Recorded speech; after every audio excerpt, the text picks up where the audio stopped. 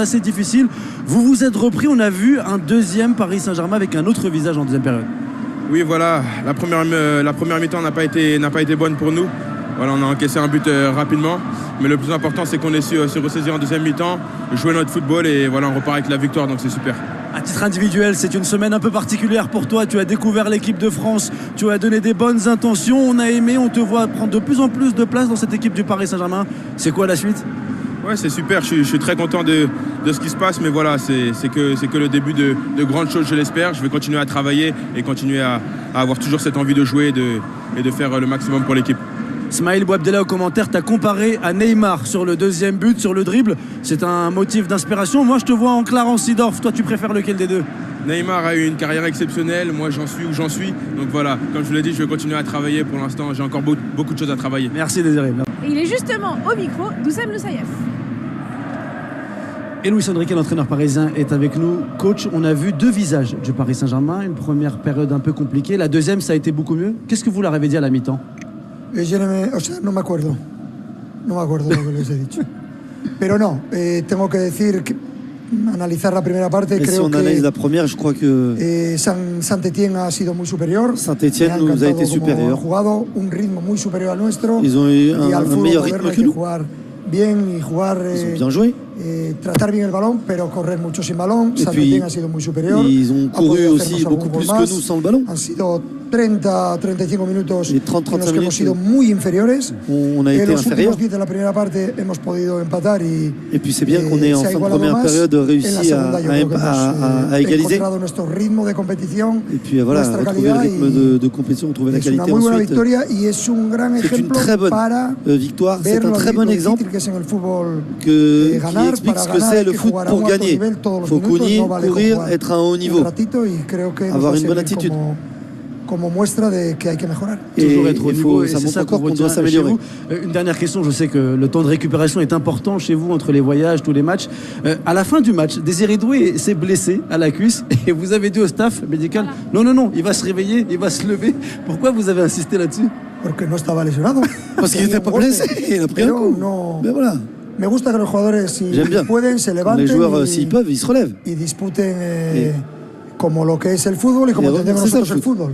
El fútbol hay contacto, hay golpes. Il y a des contacts, il y a des coups. Si cada vez que se cae uno hay que levantarse, là, on a vu Luis Enrique, l'ancien joueur, qui se levait après un duel, qui restait pas au sol. C'est ça qu'on a vu. Me hubiera gustado tener un entrenador como yo, para mejorar bastantes cosas que durante mi carrera no supe controlar. Luis Enrique, merci beaucoup. Merci coach. On a entendu Papus, un coach qui parle toujours de s'améliorer, un coach qui a un niveau d'exigence de tous les instants, même après un tel festival offensif. Non mais c'est intéressant parce qu'il dit dans ce match, il y a eu tout.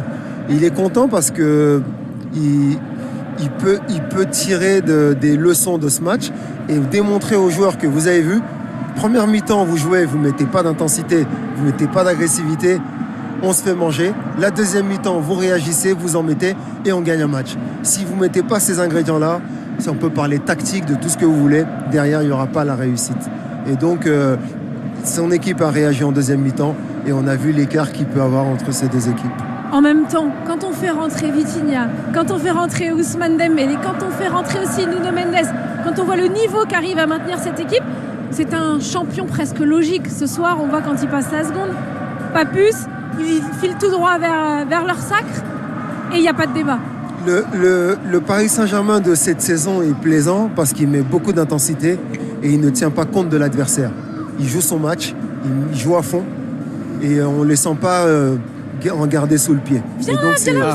Fait la force je voulais entourer pas plus, on l'entoure bien, on le met dans le cœur du jeu. Alors Oussem, j'ai une question parce que je sais que je t'ai vu aller fouiner dans le couloir. Exactement. Mettre au milieu. J'avais envie de savoir, de prendre un petit peu des nouvelles de Kvara qu'on a vu avec la poche de glace pendant le match. Il l'a enlevé. Il n'a plus la poche de glace. Je viens de passer et traverser le couloir. Il était juste devant en train d'échanger avec des membres du staff parisien et avec aussi son compatriote Davidashvili. Alors la cheville, elle est un peu en sang, mais elle n'est pas gonflée et la poche de glace a disparu. Donc c'est un coup. Il n'y a rien de plus grave. Il n'y a pas de torsion. Il n'y a pas de plus que ça. Dans les infos que j'ai réussi à glaner dans mes interrogations que j'ai eues avec les membres du staff, c'est juste un coup. Il y a la cheville un peu en sang, mais pour l'instant. Bon, et puis a priori, il va peut-être pouvoir souffler pour la Coupe de France face à Dunkerque. Donc on va laisser le Géorgien se reposer. poser. Merci pour les infos. Je suis là pour ça. D'avoir fouiné Oussem. Bon, toi, Papus, il y en a un, je sais, ça t'a fait chaud au cœur à nouveau de le revoir ce soir. On l'avait vu déjà du côté du Parc des Princes. Belle ovation de ce stade parisien, ici à l'extérieur. Presnel Kimpembe. Tu as notamment salué le geste de Fabian Ruiz qui remet le brassard à celui qui est le vice-capitaine officiel. Le coach Luis Enrique en avait parlé en conférence de presse. Il avait dit qu'il y a des leaders, il y a des leaders de terrain, il y a des leaders hors terrain. Et lui, il fait partie de ça. C'est un historique. C'est un joueur qui crée le lien. C'est un titi parisien. Il a été formé au club. Il est important. Même quand il joue pas, il harangue. Il amène sa joie de vivre et ce côté positif. Et ça, c'est très important. Et puis, petit à petit, il retrouve son niveau sportif. Donc, il commence aussi à grappiller des minutes. Donc, c'est bénéfique pour tout le monde, pour lui et pour l'équipe. T'as reçu un texto de Thiago Silva pour ça aussi, Fabrice? Non mais c'est intéressant ce que tu dis sur Presnel Kimpembe. C'est vrai qu'on a besoin de tous les joueurs lorsqu'on joue toutes les compétitions, même ceux qui viennent d'absence de longue date, de longues blessures. Ils ont besoin de lui, il est déjà très utile dans le vestiaire. Il l'est encore plus lorsqu'il peut jouer aussi sur le terrain. C'est ce que me disait un peu Luis Enrique quand j'échangeais avec lui. C'est on a besoin de tout le monde à un très haut niveau. On ne peut pas se permettre d'être en dessous. On le paye lorsqu'on le fait. C'est ce qui a été le cas dans la première période. Surtout Lucas Hernandez. Je suis en compagnie de Lucas Hernandez. Je viens d'avoir une petite visu sur sa cheville. Oui, il a passé un bon match. La cheville, Lucas. Ouais. C'est un coup, hein. Oh, je suis habitué. Je sais pas comment je fais, mais à chaque match. En parlant de cheville, il faudra lui demander comment va celle de Guevara. Hein. Bon, petite question, Lucas. On va te poser la question. Ambre voulait te poser une question sur Guevara.